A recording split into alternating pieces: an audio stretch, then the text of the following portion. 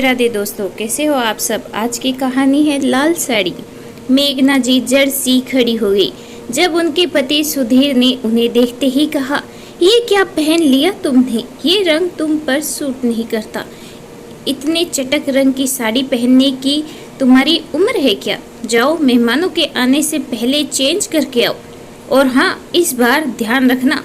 अरे अकल नहीं है तो पूछ लेना मुझसे, क्या क्या मैं देखूं और क्या सुधारूं तुम्हारा।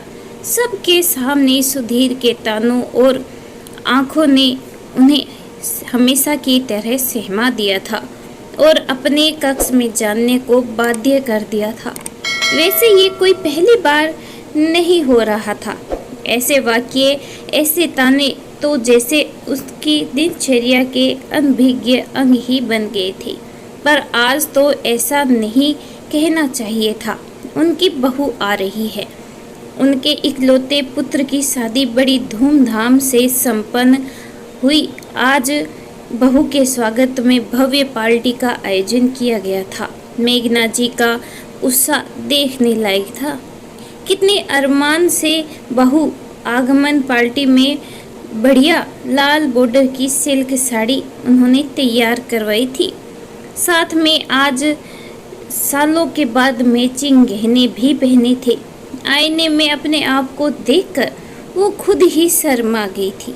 पर सुधीर ने तारीफ करने के बजाय सबके सामने ऐसा कहकर उन्हें मुंह दिखाने लायक स्थिति में नहीं रखा था। पता नहीं सुधीर को मेरी इस तरह बेइज्जती करके क्या सुकून मिलता है। मारे भौंक के उनकी आंखों में आंसू आ गए और उन आंसुओं के साथ ही जैसे पिछले जीवन के कितने दृश्यों के पर्दे खुलने लगे। शादी के बाद से ही उनकी पसंद की आलोचना करना जैसे सुधीर का प्रिय शगल बन गया था। मेघना एक पढ़ी लिखी सुंदर पत्नी थी। सुधीर की इज्जत करती थी, हर काम में उसकी सलाह लेती थी, उसको बता कर करती थी। कहीं भी जाना हो, कुछ खरीदना हो, मेघना सुधीर से बिना पूछे कुछ भी नहीं करती थी। लेकिन धीरे धीरे उसने महसूस किया सुधीर हर बार उसकी बातों की, उसकी खरीदारी की अवहेलना करता था। अपनी सही गलत बातें उस पर थोपना अपनी मर्दानगी समझता था। पत्नी मेरे अनुसार चलती है। दोस्तों और रिश्तेदारों के बीच ये बात उसका अहम तुष्ट करते थे। हर अच्छा निर्णय और अच्छी बात का श्रेय सुधीर को और हर खराब घटना का या निर्णय की उत्तरदायी मेघना ही बनती आई है। शादी के बाद पहली बार जब वो कॉफ़ी बनाकर लाई तो सब ने बहुत तारीफ की, जबकि सुधीर मौन ही रहे और पूछने पर बोले, शक्कर ज़्यादा थी, इस घर में इतनी शक्कर कोई नहीं पीता।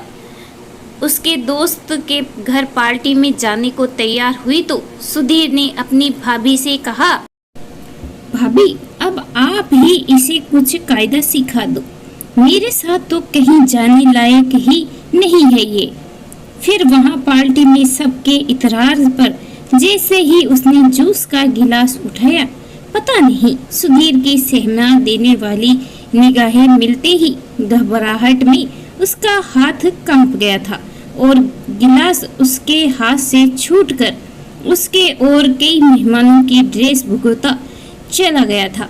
सबके सामने सुधीर ने कितना कुछ सुनाया था। उसके मेजबान को आकर टोकना पड़ा था। एक बार सुधीर के जन्मदिन पर मेघना बड़े शौक से एक शर्ट खरीद कर ले आई थी। तब मेघना, तुमको किसने कहा था मेरे लिए शर्ट खरीद कर लाने को?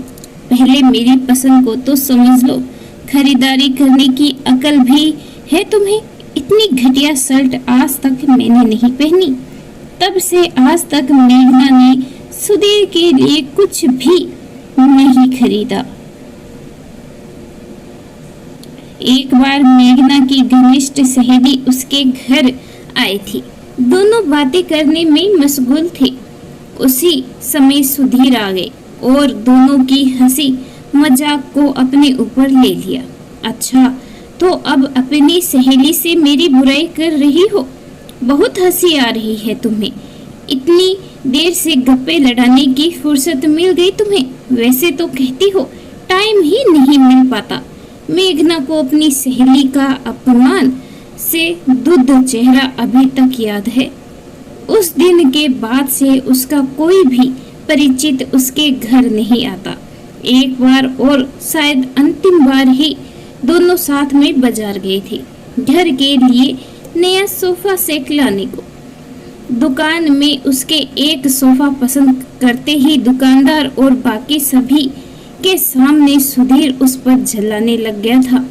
अरे तुम्हें तो किसी चीज की अकल ही नहीं है, कुछ पूछना ही बेकार है तुमसे। तो सोफा खरीदने आई हो, कोई आइडिया भी है तुम्हें? मेघना अधिकतर मौन भाव से सब सहन करते हुए बिना कोई आपत्ति किए स्वीकार करती चली आ रही है।